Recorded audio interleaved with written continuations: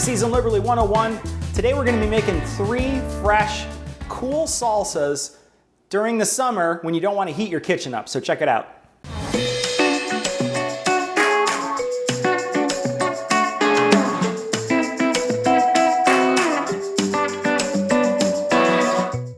So for today's 101, I want to talk about some very simple salsas. It's getting to be summer now, and as summer comes in, you're not going to want to turn your oven on, you're not going to want to turn your stove on, and these are really great quick meals and quick things you can put out if you have people coming over. And now, hopefully, now that people are getting vaccinated, we're starting to visit each other more, and we're going to have people over to our house more, and these are really super simple, quick things that you can put out when you have guests.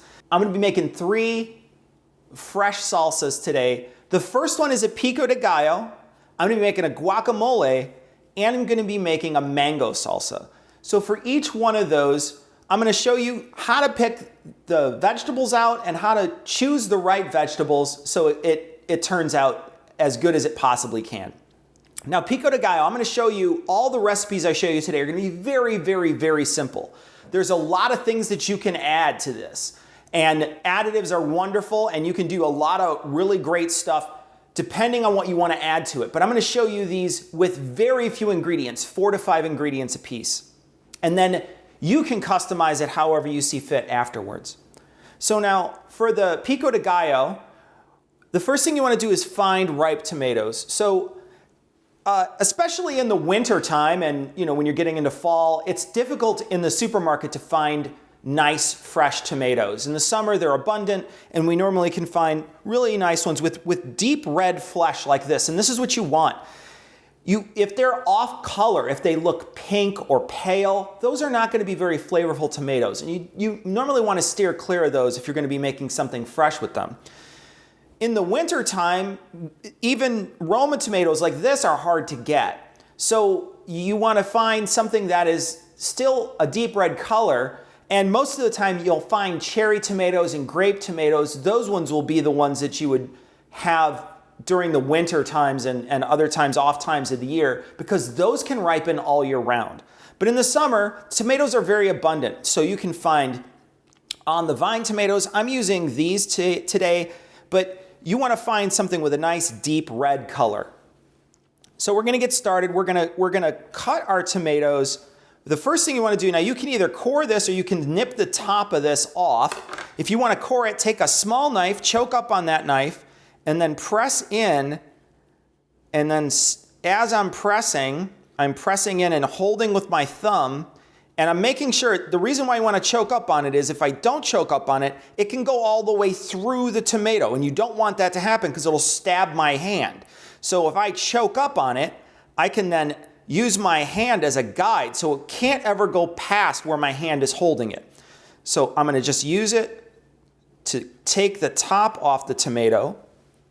And remember, you always want to have a nice big refuse bowl right by you so you don't have to keep walking back and forth to the trash. And then you can cut the tops right off of this. Now, this little piece down here really isn't necessary to pull off. The other thing too is that since there's so little flesh around the top piece here, and sometimes they're a little damaged, I can either also just nick the top right off of that. And this is fine to get rid of the little piece of this. And if you want to save it, you can pull a little bit off. Now, as we cut these, I'd like you to remember that this is a perfect opportunity to practice your knife skills. You have very infrequent chances to have a lot of things to cut in front of you, and you want to make sure that you practice your knife skills whenever you get that opportunity. And a great opportunity is when there's tons of stuff to cut. So you can, of course, walk over to your food processor, dump this stuff in, hit spin. It'll be a little messy, but it'll taste good. And you could do that with every single thing I'm telling you to do today. But in order to practice your knife skills and get good at this stuff, you're going to want to use your knife instead of your food processor. Also, it's going to present better if it's cut well. If you just throw it in the food processor, it'll look a little messy. It might even liquefy a little, and you don't really want that. You want each separate chunk to sort of come out, especially in the Pico de Gallo. So once your tomatoes are cut, so I'm going to show you 2 ways. The first way is to roll the tomato. So if you roll the tomato like so, I can take all the seeds out of the center and the white part, which is what I want to remove anyway. So I have a big chunk here, little chunk over here, and then all my white and seeds I could just throw away. And then there's very little white and seeds. And now this also dices very well because I can just work my way down it.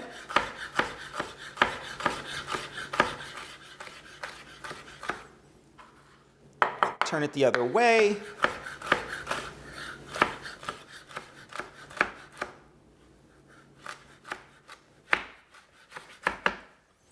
And I've got a nice dice here that is perfect for this Pico de Gallo. Now another way to do this is to basically squeeze your tomato over the top of your bowl, your refuse bowl. Now as I squeeze it, I'm shooting all the seeds out, right? And I want to get all the seeds out of this because we want this to be as dry as possible. Now it's never going to be perfectly dry, but the drier it is, the better off we're going to be. So I'll cut it in half now, and then we lay it flat, and we can just slice out our white piece. Now this is it's not very flavorful, and it's also got a kind of an unpleasant texture, especially when you're biting into Pico de Gallo. And it's just gonna like mush up more and more the more it sits inside the pico. So that's why I de-rib these and take this out. So you could do the same thing over here. And again, now this presents a really nice surface for me to dice. Now I find that when I do it this way, you're gonna wind up crushing your tomato a little bit because there's no way to really squeeze it perfectly and get all the seeds out without damaging the tomato just a bit. I pulled these out on the side. I'll show you can cut these as well. Tomato's gonna keep its form better if you do the first method of rolling it. And I'm actually gonna show you how to do that with a jalapeno in a few minutes too. And it's a really easy method to both cut and clean at the same time. And this is a perfect opportunity to practice it. My family loves pico, so we make a lot of it. So I'm gonna use 5 tomatoes worth today.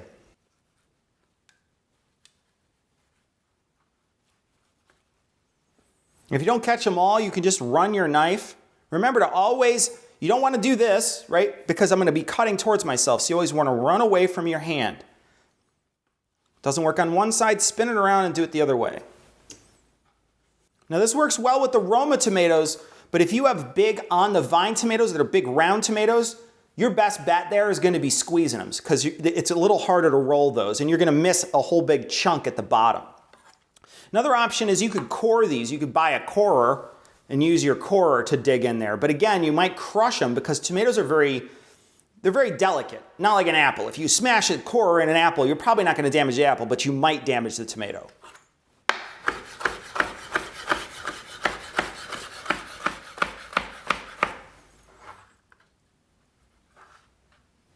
And with the vine tomatoes, you're almost certainly going to want to take the tops off or take the top piece off, the stem off, because those are very thick stems and they're very round, big. They're almost like a dime size, and you don't want that in your final dish. So I'm going to add to this 5 tomatoes, 2 jalapenos. Now, you can make this as hot as you like. The inside of this, I'm going to show you right now, the inside of a jalapeno, this white part is the hot part. So that's what's going to transmit the spices, the spicy flavor, that hot flavor, that capsaicin, is all trapped in that white part. There's a little bit in the meat of the jalapeno, the green part, but it's mostly in this white part. The more hot you want, the more white you want in it. So if you want it, you could not de-seed this at all. You could just chop this, cut your jalapeno even in rings if you wanted to and just throw it directly in there. I think it needs a little spice, but it doesn't need a ton. So I'll probably leave a little bit of the rib on here, but I'm not going to leave a lot on here because I don't find if it's so hot it to be appealing. But I will caution you, try to eat this hot. Try to eat this so it's spicy. It's meant to be eaten spicy.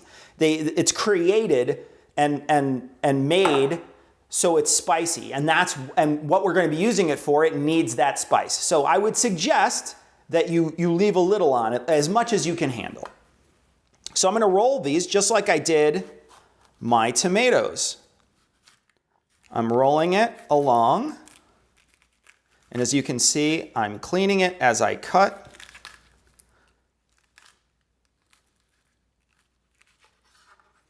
There we go.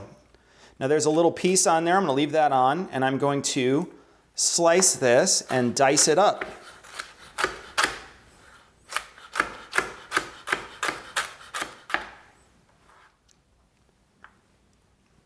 Now I'm going to taste this. You should always try to taste the meat to see how spicy it is, and then make an estimation on whether or not you want to add a little more of that white back in.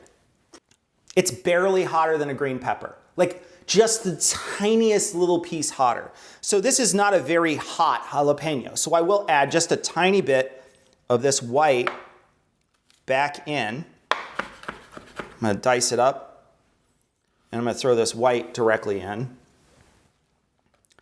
Because like I say, it's not very hot at all. Very mild jalapeno. And these range, right? They can be very, very hot, or they can be not hot at all.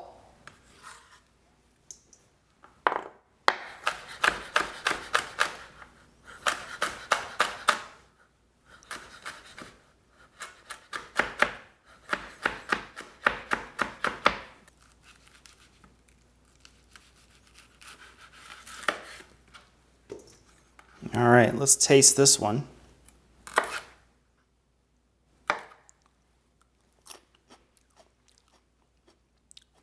This one's spicy. This one's good. We're going to leave it alone. I'm actually going to pull some of this white out because this jalapeno on its own is quite spicy. And they can vary, right? So, I mean, that's just two from the same batch I picked up at the grocery store. They can vary. So test each one, just a tiny little taste. I promise you that just tasting the green is not going to blow your taste buds out. So before we move on to the next ingredient, understand that you just cut something hot. Your hands are probably covered in something hot. Your knife is covered in something hot. If you were to say rub your eyes or scratch a sensitive area, you would feel it, not just for a little while, for a very long time. So whenever you cut anything hot, jalapenos, habaneros, whatever, serranos, you want to take your knife and your hands and your cutting board and wash them with soap and water. There's only 3 ingredients left. The next is cilantro. Now, cilantro is a really wonderful herb. Some people think it tastes like soap. So like there's 20% of the people in the world that think cilantro tastes like soap to them. So if you're serving your friends and they don't like cilantro, this dish probably would not go over well. In fact, none of the things I'm going to cook for you today would go over well. So the good thing about cilantro, though, is that unlike other types of fresh herbs, the stems on cilantro are perfectly edible and tender. Unlike parsley and, dill, basil, you would normally de-stem those and just use the leaf or the flower or whatever. In this case, you can use the entire thing and it's not a big deal. Now, it will present a little better if I go through the process of pulling out every little piece of leaf and cutting with that. But it's going to be mixed in so well, it's probably going to be hard to see. Now, I will sort of nip off a few little edges. If I see an edge that doesn't look appealing, I will nip it off. I also normally fold it in half and give it one little quick hit initially. Now that it's folded in half, I normally roll my hand like this and then start slicing very thin. And I'm working my fingers back and they are holding and guiding my knife and my hand is never in danger. This is a great way to chop this and it's a great way to stay safe while you do it. Now, once it's cut and it's on my cutting board, I'm going to rock my knife. I'm going to use my knife to rock, and anywhere where I see it that looks like it's a little bigger than it should be, I'm gonna rock my knife over it. Now this is about 2 tablespoons worth. You saw it was maybe, you know, quarter of a handful of cilantro. This is kind of the perfect amount for this. We don't want to put in too much because you don't want to just get a whole big batch of cilantro in your face, but you also want it to color it nicely. And so that's about 2 tablespoons. That's kind of perfect. Next is onion. Now, for pico de gallo, we're using white onion. White onion is a little stronger than red onion. Lots of times you'll eat raw red onion and you'll normally cook white and yellow onions. But with pico de gallo, you want a nice hard, strong onion flavor with it. So we're using white onion today. Now for this, I'm probably gonna start with about 1/4 of an onion to see where that leads me. And if I need more, I might use as much as 1/2 an onion. So to cut an onion, I'm gonna slice it in half first, and I'm slicing it in half with the bulb and root end. Now I'm gonna cut off the bulb end. And you can tell the bulb end because it comes up like this and doesn't look like a root. This looks like a root. And so you want to keep the root end on. This is how we cut onions. This is how we dice them fine. Now I peel the paper back until I get my first layer of onion underneath. And this is papery all the way down to that first layer. And I'm going to leave part of this on.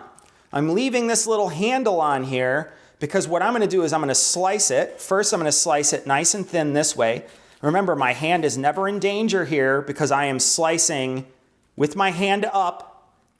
So don't want to do this. You don't want to start slicing like this. You'll cut right into yourself. Lift your fingers up. Hold with the heel of your palm. And we're going to slice across our onion several times in the dimensions that I want it. And now I'm going to fold my fingers over and slice down my onion this way. And now I'm going to mince this. Now I kept this root end on so it's an easier thing for me to hold on to. You can cut this off, but your onion starts to fall apart and there's nothing really to hold on to. That's why I like to keep that little piece of paper on there as a flap so that I can easily pull my hand back and there's something to grab onto. All right, I'm going to mince this. I'm cutting it nice and thin.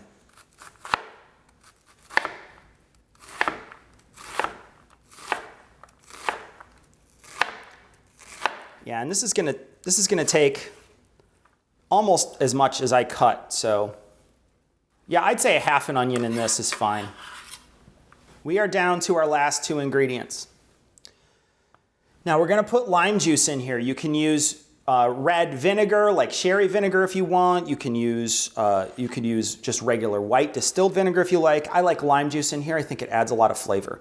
We are gonna salt this though first. So we're gonna salt it, and we wanna see the crystal on top of it because we know that everything in here is bland, and we wanna make sure that it has a nice salinity to it. I'm salting it before I put the lime juice in so that when the lime juice hits it, it's gonna start to dissolve that salt right away. And then as I stir it, it will dissolve even more. So these limes are small. I'm using 2 full limes. I may use more. Is there a better smell than freshly squeezed lime juice? I don't know that there is. The best part about pico de gallo is that it's got this really fresh flavor to it. The onions add to that, and so do those jalapenos, right? So that green of that jalapeno adds this really wonderful earthy flavor to it. So we're gonna test it out. I wanna taste it to see if it needs any more salt right now.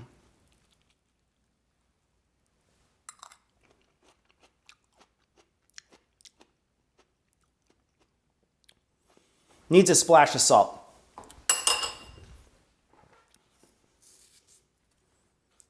Not much, but a little. Now you're gonna chill this for about an hour. Let it chill for about an hour. Put it in the fridge and let it chill. As it chills, the flavors are gonna mix and they're gonna meld, and we're gonna try it later on. Next, we're gonna make guacamole. Guacamole is one of my favorite things. I absolutely love it. I didn't find it until I was, gosh, I don't even know, I think I was mid-20s before I actually found guacamole. I absolutely adore it. It's really a wonderful, wonderful salsa. Now, again, it's gonna call for cilantro. 20% of the people don't like cilantro, and some people don't like the way avocados look. They think they look gross. They're green and they wind up getting sort of pasty, and people are not a fan of that. So people may lean away from guacamole, but all my friends love it and I love it. So I'm gonna show you how you pick an avocado out at the supermarket. I'm gonna tell you the best way though to pick your avocados. The very best way is to get them a couple days early hard. I know that some people will be gasping at me right now saying, how dare you, I pick my avocados the day of. But let me tell you, the very best way to ensure that there's no bruises, that they are perfectly ripe when you want to use them, is to buy them nice and hard. So you go at the supermarket, you grab them, if it feels like a brick, put it in your cart. Between 1 and 3 days later, that avocado will ripen on your counter and it is perfect. Absolutely perfect. And it's gonna taste the best. That's gonna be the ideal way to find your avocados. If you didn't plan ahead and you got friends coming over and you gotta make your guacamole today, you can go to the supermarket and you can find ripe avocados at the supermarket. And this is the same way you're gonna be able to tell if it's ripe at home, is you go to your avocado and you take your thumb and you squeeze it ever so gently. If it gives a little, it's ready. If my hand presses all the way down to the pit and it squashes it, it's not. It's gross, it's overripe, and it probably has a black inside and it's probably off. Don't buy that one. No one was gonna buy that one anyway, okay? So don't worry that you ruined a piece of fruit or you ruined an avocado. You didn't ruin it because no one was gonna buy it. So don't worry, you can squeeze these at the supermarket. If you grab it and it's brick hard, take it home for a couple days. While it's on your counter, give it a gentle squeeze. If you feel like it's giving just a little, it's ready. Once they start giving, then they are ready to eat. That flesh inside is soft and it's ready to eat. These are all perfect, they're all ready to go. So we are going to make our guacamole. So in order to de-seed these, you wanna take your avocado, you wanna put it on the cutting board, cut into the top. Now once you cut into the top, you wanna spin your avocado around your knife. And as I do that, you see how that just popped right off? There it is. Now the seed's inside. Now if you're very nervous, you can wrap your hand in a towel right now. Wrap your hand in a towel and then set the avocado on top of it and grip it if you're nervous. I've been doing this a long time. I've never hurt myself doing this, but this is a sharp knife. Make adult decisions. So here we go. You take your knife, the heel of your knife, and you tap firmly, but not too firmly to cut through your hand, into the avocado pit. When you do, it will cut inside of it. You want to turn the avocado pit and pull. Now, in order to get it off, I hold my bowl right here and I squeeze with my 2 thumbs. I'm in no danger. And I just push it directly off and I never am in danger at any point. That's how you want to get the pit out of your avocado. There is my beautiful avocados. I bought these a couple days ago. Look at how gorgeous those are. That's how you want to do it. It is a gamble if you go to the supermarket and try to pick them day of. Sometimes they're watery, sometimes someone already touched them and they're bruised. These are gonna be clean all the way throughout. They're not gonna be bruised and there's not gonna be any black areas on them. So if you ever wanna take the skin off your avocado, sometimes people will wanna pull the skin off of it. The best and easiest way to do that is to cut your avocado into quarters and then the skin comes right off. And you have a beautiful avocado quarter, and then you can slice that as you see fit. All right, so in order to cut these, I dice them inside the skin. I'm not gonna use a sharp knife to do this because I don't wanna go into my hand. And it's just as easy with a regular butter knife. So I will cut across each one in a grid pattern. And they don't have to be perfect because as you mix this, these are gonna get moshed around a little. And so it's not gonna look perfect.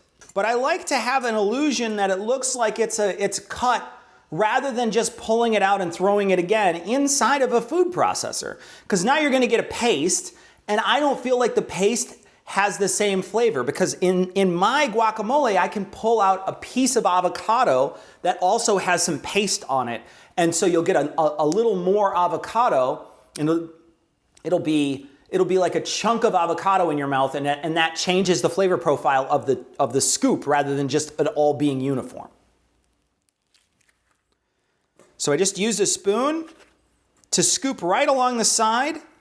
You do want to watch out for the little head there. Sometimes these little stem pieces will have a little bulb on them. So be careful that doesn't get into your food too. But I just use this to scoop right along the side of this skin, and it just comes right out. And it's also cut now. So now it's already been cut, and I don't have to bother dicing it once it's outside the skin. So I'm using 4 avocados. That's normally what I use. It's about an average size worth of guacamole. This will make what I want for a dip, and then I'll have a little for tomorrow. Some people are not fond of guacamole the second day because it changes flavor, and it can oxidize super easily. I'm going to show you a trick on how to make sure it doesn't oxidize as much, but it can oxidize very easily. So now, the second step is to salt it. Now I want to see the crystal on the whole thing. Avocado is bland. It needs salt. So you want to see the crystal on the top of it.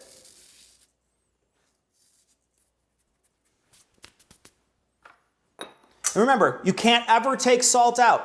So don't over salt. You can always add a little more. Once that's done, I reach for my limes. You want to try to get limes on this in the second or the third or second step, because the quicker I get limes on this, the less chance it's going to oxidize. The more acid that's in it, the less chance it's going to oxidize.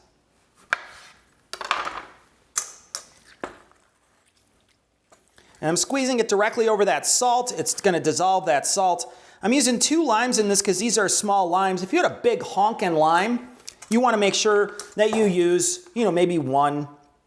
The other thing too is, this is going to be a balancing act. This whole dish is a balancing act between fat and acid and salt. And so you want to make sure that all those taste comparable. There's a lot of fat in it because of the avocados, but now we're balancing that with this lime juice and with this salt. What you don't want is for this to taste like a lime margarita. So once that's done, I'm going to take my spoon and I'm going to mix it. Just give it a little toss inside of this lime. And I'm actually going to, right now, before I add anything else, I'm going to taste it to see if the salt content and the lime content are correct. So that's what I'm going to do right now. I'm going to taste it.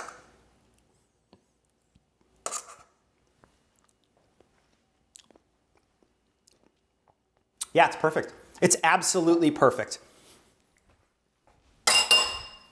Couldn't ask for it to taste better than that. So next we're going to do cilantro. And I'm going to take a nice big clump of cilantro just like I did for the pico. And I'm going to fold it in half. I'm going to slice that. And we are going to cut this up, dice it nice and fine. We're going to keep the stems on. Now we're going to add some red onion. Red onion is great when it's diced and it's fresh. It's a good fresh onion to serve. We're going to use red onion in this. I like it over white onion in guac. It also adds a color, right? So this is mostly green. And so if you have a pop of color in there, it looks better. So that's why I'm going to add red onion. It also has a different flavor, a little different flavor than white onion. It's a little less strong. And the avocado is, it's a pretty weak, mild flavor.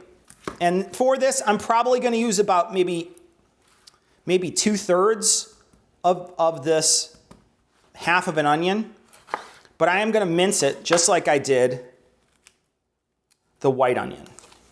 Lots of stuff to add to this. There's so many different things you can add to guacamole to change it, to make it your own. Toss a little tiny bit of olive oil in there if you want to thin it out. It's going to add a different level of creaminess. You can add all different kinds of heat to it. You can add whole jalapenos, even all the way up to whole habaneros. However hot you want this to be, you can make it as hot as you like.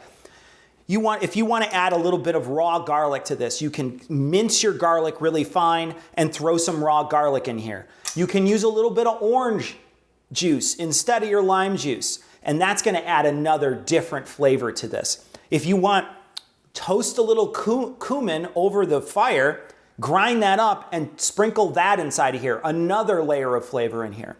There's all different kinds of ways to change and kick up your guacamole and make it into a different tasting dish. I'm making a very simple version here, but you can make this as extensive as you want. A really popular thing is to add tomatoes to this. I personally like it, if I'm gonna have guacamole, I like it without tomatoes because I feel like the tomatoes, they make it a little wetter than I want, but tomatoes are they're actually a very canon addition. You would almost always have tomatoes in guacamole if you were eating it. I keep them out, but you're welcome to throw them in. Change it however you see fit. Make it your own. So let's give this a taste. I just made the whole thing. I might as well taste it.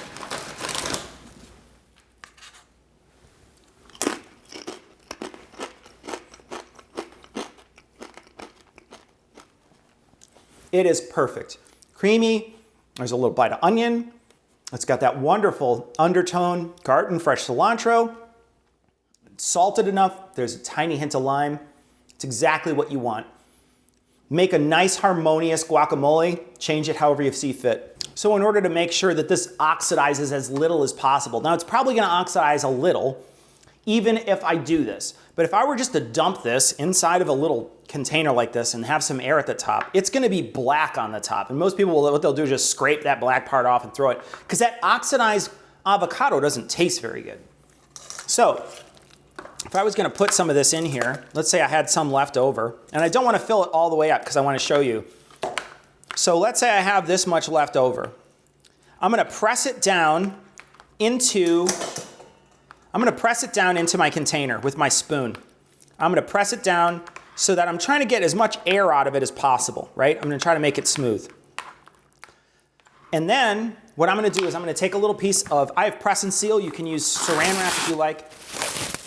And what I'm going to do is I'm going to tap it onto the top of the guacamole. So I'm going to press it down so that it's actually coming into contact with the guacamole itself. That it's not just covering the top and leaving an air gap, that there is no air gap. Now, if you have a vacuum sealer, guacamole saves perfectly. Throw it in one of those bags, vacuum seal it, throw it in your fridge.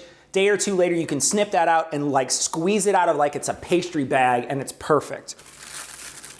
So here we go. It's nice, and there's no pieces of air in here. And now I'm just gonna seal the top of it.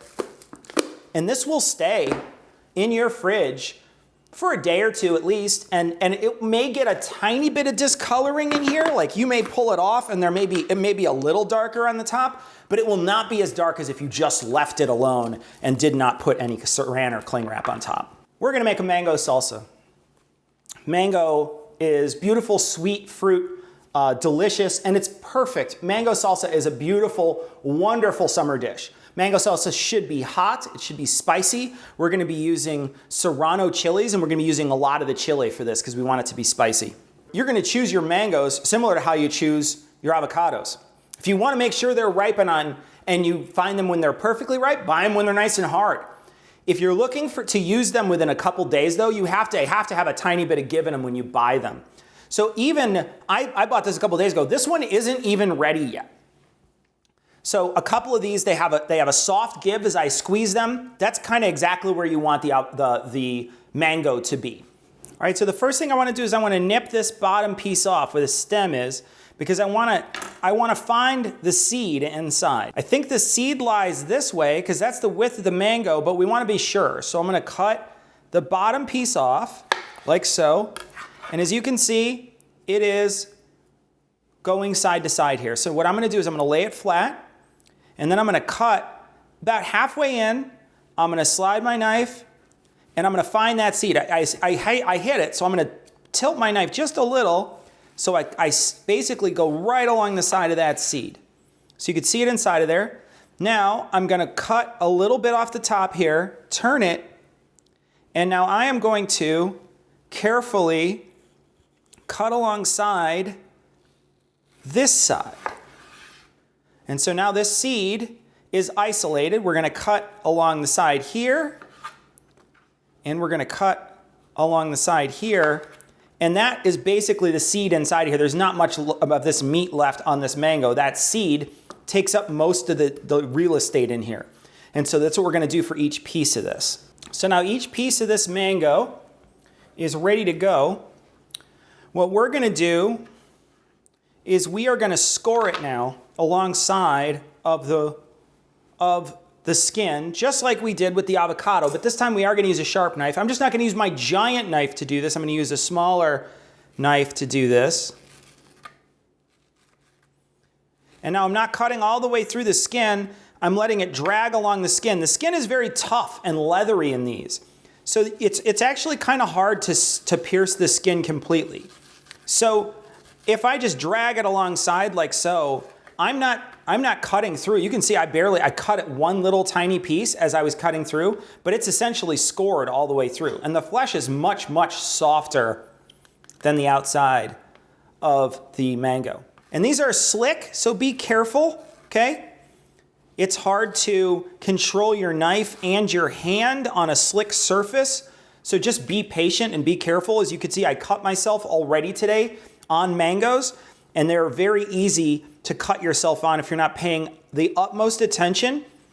Like I say, the inside of this is slick, so it's very easy for your hand to slide into position and cut yourself. So what you do now is you take a spoon, and you want to try to find one with an edge that's thinner, and then you can just scoop your mango right out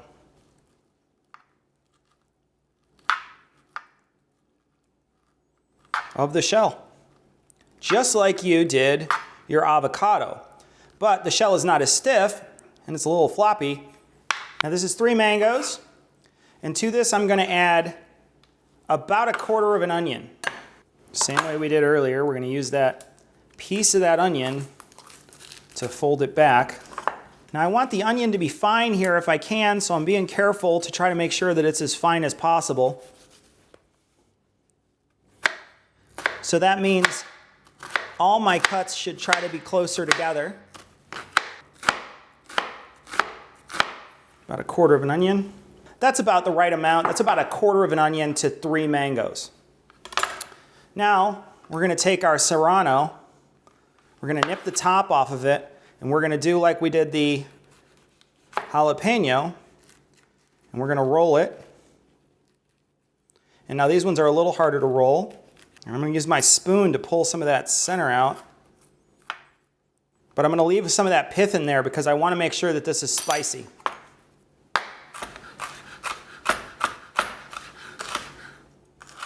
And I'm mincing this fine. And this is a hot pepper, I can tell. I'm breathing it in and it's hot. Again, couple more ingredients. We're gonna add a little bit of cilantro to this. Now, not as much as I did before because there's less fruit in this. So I only wanna add like a tiny handful of cilantro to this. It's not a salad.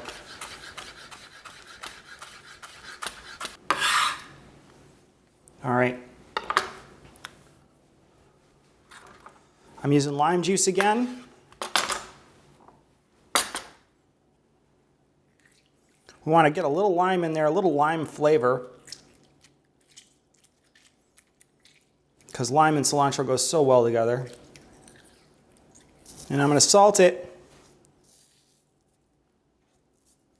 and give it a stir. And it should be, it should have that beautiful yellow color with other pops of color in it. But the yellow color should be that's the dominant color. I'm going to try it just flat though.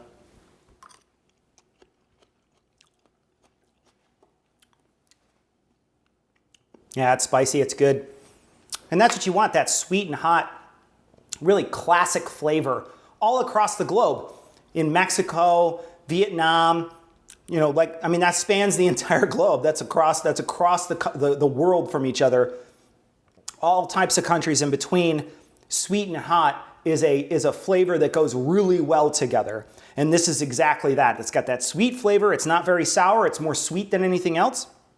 A little bit of salt in there brings it together. It's got that wonderful flavor of the onion, but it's also spicy. It's got a nice spice to it. And that's what you want. You want it to be as hot as you can handle. So that wraps it up for today. 3 fresh summer salsas. You can kick these up in any way that you want, but this is a great baseline for you to start out, get a chance to practice your knife skills, and get a chance to make some really fresh and cool stuff so you don't have to heat your kitchen up. Thank you for joining me. Be sure to click the little bell at the bottom and be sure to up thumb it. That makes it so it's more visible. Thank you so much. I'll catch you next time.